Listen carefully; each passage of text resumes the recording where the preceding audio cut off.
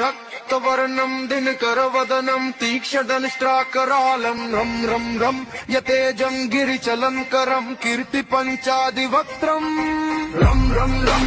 राजयोगं सकलशुभनिधिं सप्तभेतालभेदं रं रं राक्षसान्तं सकलदिशयशं रामदूतं नमामि हं हं हं खड्गहस्तं विचित्वरहरणं वेदाङ्गदीपं गं गं खड्गरूपं त्रिभुवननिलयं देवतासु प्रकाशहं खं खं कल्पवृक्षं मणिमयमकुटं माया स्वरूपहं खं खं कालचक्रं सकलदिशयशं रामदूतं नमामि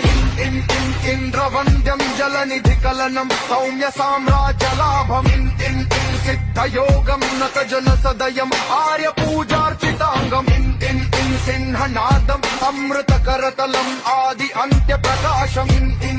चित्स्वरूपं सकलदिशयशं रामदूतं नमामि साक्षिरूपं विकसितवदनं पिङ्गलाक्षं सुरक्षं